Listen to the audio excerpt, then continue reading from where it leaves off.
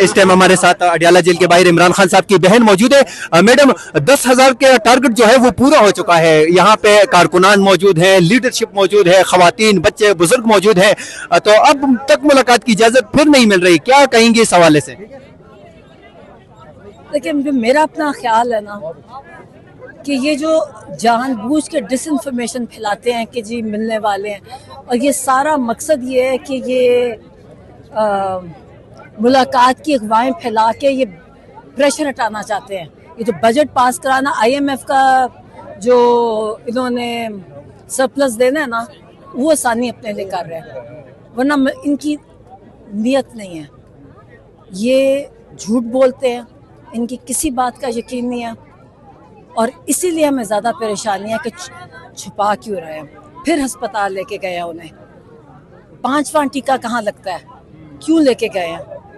تو اس لیے میں ریکویسٹ ہے ہماری PTI سے, سب سے, کہ اتنے ان کے پاس طاقت ہے, یعنی عہدے ہیں ان کے پاس ووٹ ہے, ان کی پبلک بیکنگ ہے ان کے پاس, آخر اتنے سارے ووٹ سے آئے ہوئے ہیں.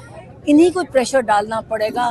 ہم جب کشمیر کو دیکھتے ہیں کیسے کشمیری کھڑے ہوئے ہیں اپنے حق کے لیے, تو جو خان صاحب کے ووٹ سے آئے ہیں تو وہ اتنا نہیں کر سکتے کہ کشمیریوں جتنا پریشر ڈال دیں جو کسی قائدین کے بغیر کھڑے ہیں.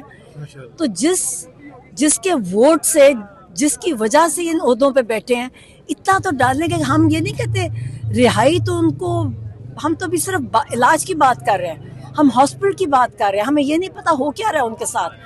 ان کی جو 8 ماہ کی آئسولیشن کوئی مذاق ہے.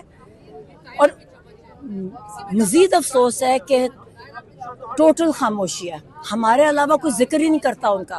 کوئی ان کی آنکھ کا ذکر نہیں کرتا, کوئی ان کی آئسولیشن کا ذکر نہیں کرتا. ٹوٹل خاموشی ہے. ہمیں پریشانی بھی ہے, اور ہم صرف بیٹھ کے صرف پریشانی ہے کہ پھر ہم بھی کچھ کریں گے. بہت شکریہ. ایک حد تک انتظار کریں گے.